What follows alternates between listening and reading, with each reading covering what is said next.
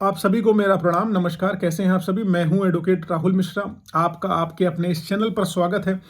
दोस्तों, आप सबके मन में सबसे बड़ा कन्फ्यूजन इस समय डोमेस्टिक वायलेंस एक्ट को लेकर ये चल रहा है कि आपको लगता है कि सिर्फ आपकी पत्नी के पास डोमेस्टिक वायलेंस के मुकदमे दर्ज कराने के अधिकार है।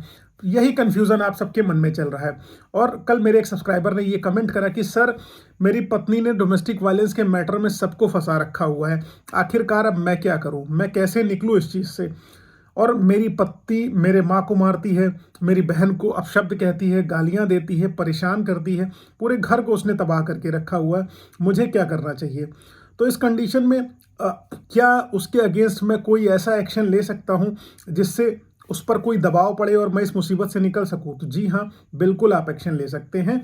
मैं आपको आज बताना चाहूँगा कि डोमेस्टिक वायलेंस कौन कौन कर सकता है, किस प्रक्रिया के तहत कर सकता है, किसके क्या अधिकार है, वो आज पूरा का पूरा मैं इस वीडियो में आप लोगों के साथ डिस्कशन करूंगा।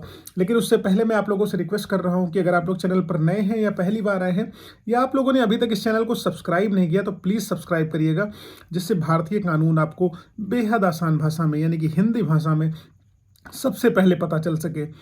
साथ ही साथ मैं आपको एक रिक्वेस्ट और करूंगा कि आप लोग मुझसे अपॉइंटमेंट शेड्यूल कराइए, व्हाट्सएप के थ्रू कराइए। सबसे पहले आप व्हाट्सएप पे मैसेज करिए, आप अपना अपॉइंटमेंट फिक्स कराइए, उसके बाद ही कॉल कीजिए, क्योंकि बिना अपॉइंटमेंट के मेरे लिए बात कर पाना संभव नहीं है। आप 100-150 कॉल अगर दिन में आएगी तो मैं कैसे जज कर पाऊंगा कौन एक्चुअल में प्रताड़ित है, कौन नहीं है। इसलिए पहले अपनी अपॉइंटमेंट बुक कराइए। अपॉइंटमेंट बुक कराने के बाद आपको विद इन 10-20 मिनट्स अगर मैं फ्री होता हूं तो कॉल आ जाएगी, नहीं तो आपको थोड़ी देर बाद कॉल डेफिनेटली मेरे एंड से आ जाएगी।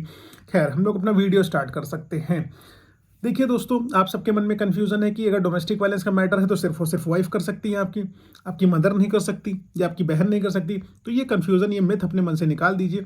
डोमेस्टिक वायलेंस का मतलब होता है घरेलू हिंसा, यानी कि घर में जो भी हिंसा हो रही है, जो भी आपके घर में, आपके घर की चार दीवारी के भीतर हिंसा हो रही है, महिला के साथ हो रही है, वो घरेलू हिंसा कहलाएगी। उसमें महिला में आपकी बहन आ जाएगी, आपकी पत्नी आ जाएंगी, आपकी माता जी आ जाएंगी, आपकी भाभी आ जाएगी, आपके घर में जितनी भी महिलाएं रह रही होंगी वो आ जाएंगी डोमेस्टिक वायलेंस में। तो अगर आपकी माता के साथ फिजिकल क्रूएलिटी हो रही, मेंटल क्रूएलिटी हो रही है, या आपकी बहन के साथ फिजिकल या मेंटल क्रूएलिटी हो रही है, तो इस कंडीशन में आप अपनी वाइफ के अगेंस्ट भी, आपकी अपनी वाइफ के अगेंस्ट, अपनी मदर और सिस्टर के बिहाफ पर डोमेस्टिक वायलेंस का मुकदमा दर्ज करा सकते हैं। जैसे आपकी बहन को मारा पीटा जा रहा है, अपशब्द कहे जा रहे हैं, भद्दी भद्दी गालियां आपकी पत्नी उनको दे रही है, तो इस कंडीशन में आप अपनी वाइफ के अगेंस्ट, अपनी सिस्टर के बिहाफ पर एप्लीकेशन डाल सकते हैं और उनके खिलाफ मेंटल फिजिकल क्रूएलिटी जो भी हुई है उसका मेडिकल कराते हुए उन डॉक्यूमेंट्स को नत्थी कर लें, उन एविडेंसेस को कलेक्ट कर लें और कोर्ट में लगा दें। आपकी वाइफ के अगेंस्ट भी कार्रवाई होगी जैसे वो आपके अगेंस्ट कर रही हैं। या आपकी मदर को उसने मारा पीटा, कान वान नोच लिए अगर, ठीक है, क्योंकि मेरे पास एक मुकदमा आया था जिसमें अपनी सास का उस लेडी ने कान वान नोचा था, तो डोमेस्टिक वायलेंस का मुकदमा मैंने उसके अगेंस्ट दर्ज कराया था।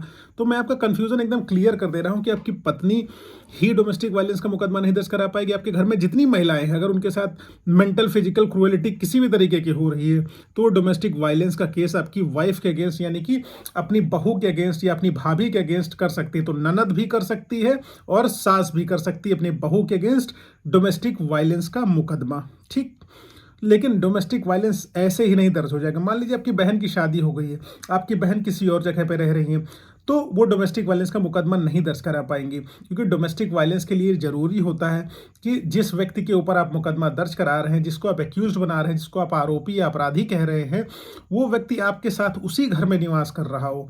मतलब डोमेस्टिक हाउस होल्ड वो शेयर कर रही हो आपके साथ, उसी घर में रह रही हो, उनका एड्रेस सिमिलर होना चाहिए। जब आप वो घटना कारित होने की तिथि बता रहे हैं अपने एप्लीकेशन में, अपनी तहरीर में, जब आप बता रहे हो कि ये घटना उस दिन हुई है, तो उस दिन वो आपके साथ होनी चाहिए, तभी आपकी एप्लीकेशन को अप्रूवल मिलेगा, तभी आपके मुकदमे को बल मिलेगा। अदरवाइज वो तो फर्जी मुकदमा कंसिडर कर लिया जाएगा, ठीक है। अब इस तरीके से आप डोमेस्टिक वायलेंस का मुकदमा कर सकते हैं। तो सबसे एसेंशियल कंडीशन उसकी क्या हो जाएगी? आपको डोमेस्टिक हाउस होल्ड शेयर करना है, एक ही घर में रहना है, एक ही टाइम पे रहना है, जन्म तिथि उसकी, जो जो भी घटना जब जन्म ले रही है उसका समय, वो सब प्रॉपरली नोट करना है, मेडिकल के पेपर्स लगाने हैं, जो आपने मेडिकल कराया अपनी मारपीट का, वो सारे के सारे आप कोर्ट में जाइए, प्रस्तुत कर दीजिए। आपके पत्नी के अगेंस्ट मुकदमा दर्ज हो जाएगा। अब यहाँ पर लोग कहेंगे कि डेट टाइम ऑडियो वीडियो को कोर्ट के पास देखने का टाइम नहीं है। सबसे बड़ी कन्फ्यूज़न लोगों के मन में ये होती है कि ऑडियो वीडियो हम जो भी बना लिए वो कोर्ट देखेगा। वो कोर्ट नहीं देखता, उसको आपको नोट कराना पड़ता है, ठीक है, टाइप कराना पड़ता है। जो कुछ भी होगा टाइप कराने के बाद उसको डॉक्यूमेंट फॉर्म में आपको बनाना होगा, तब वो कोर्ट देखेगा। कोर्ट के पास लाखों मुकदमे, आपका वीडियो देखने नहीं बैठेगा। उसको टाइप कराना है, टाइप करा के उसको आगे लगा देना है। डीवी के ऑर्डर्स जैसे आपकी वाइफ के अगेंस्ट हो जाएंगे और आपकी वाइफ अगर जो है उसको मानती नहीं है, ठीक है, कंप्लाई नहीं करती, तो डीवी का जो भी ऑर्डर होगा आपके कंसर्न पुलिस स्टेशन में कोर्ट द्वारा भेजा जाएगा। फिर पुलिस की रिस्पॉन्सिबिलिटी बनेगी कि उन ऑर्डर्स को कंप्लाई करे। अगर वो महिला, आपकी पत्नी, उन ऑर्डर्स को कंप्लाई नहीं करती है तो उसके अगेंस्ट कंटेम्प्ट ऑफ कोर्ट की प्रोसीडिंग भी चलेंगी और उसको जेल जाना पड़ सकता है, ठीक है। और उसके बाद अगर मान लीजिए आपका कॉम्प्रोमाइज़ हो जाता है, एक सर्टेन टाइम पीरियड पर आप लोगों का कॉम्प्रोमाइज़ हो जाता है, तो इस केस को आप लोग विड्रॉ भी कर सकते हैं इजीली, इसमें कोई प्रॉब्लम नहीं है। अगर आपकी मदर या जो है सिस्टर के नाम पे घर है और आप लोग उसी घर में रह रहे हैं, तो आपकी मदर या सिस्टर आपकी पत्नी के उस घर में रहने पर स्टे ले सकती हैं, क्योंकि वो उसकी घर की मालकिन है और उस घर में रहने के लिए उस पर रोक लगवा सकती है ऑनरेबल कोर्ट के द्वारा। इस तरीके से आई होप आप लोगों का जो कन्फ्यूज़न है वो डीवी को लेके कि सिर्फ आपकी पत्नी कर सकती है, वो क्लियर हो गया होगा। आई होप आपको क्लियर है कि कोई भी कर सकता है। फिर से जाते जाते मेरी आपसे रिक्वेस्ट है कि अगर आप लोग इस चैनल पर नए हैं या पहली बार आए हैं तो प्लीज़ सब्सक्राइब करना। साथ ही साथ आप लोग इस बात को ध्यान रखें कि अगर आप मुझसे बात करना चाहते हैं तो प्लीज़ व्हाट्सएप पर पहले अपने स्लॉट बुक कराइए, उसके बाद ही आप मुझसे बात कर पाएंगे। साथ ही साथ एक रिक्वेस्ट और है जो लास्ट में है कि अगर आपने अभी तक मुझे सोशल मीडिया हैंडल्स पर फॉलो नहीं किया है तो प्लीज़ इंस्टाग्राम, फेसबुक, ट्विटर पर मुझे फॉलो करिए। डिस्क्रिप्शन में आपको लिंक मिल जाएगा। Thank you so much. जय हिंद।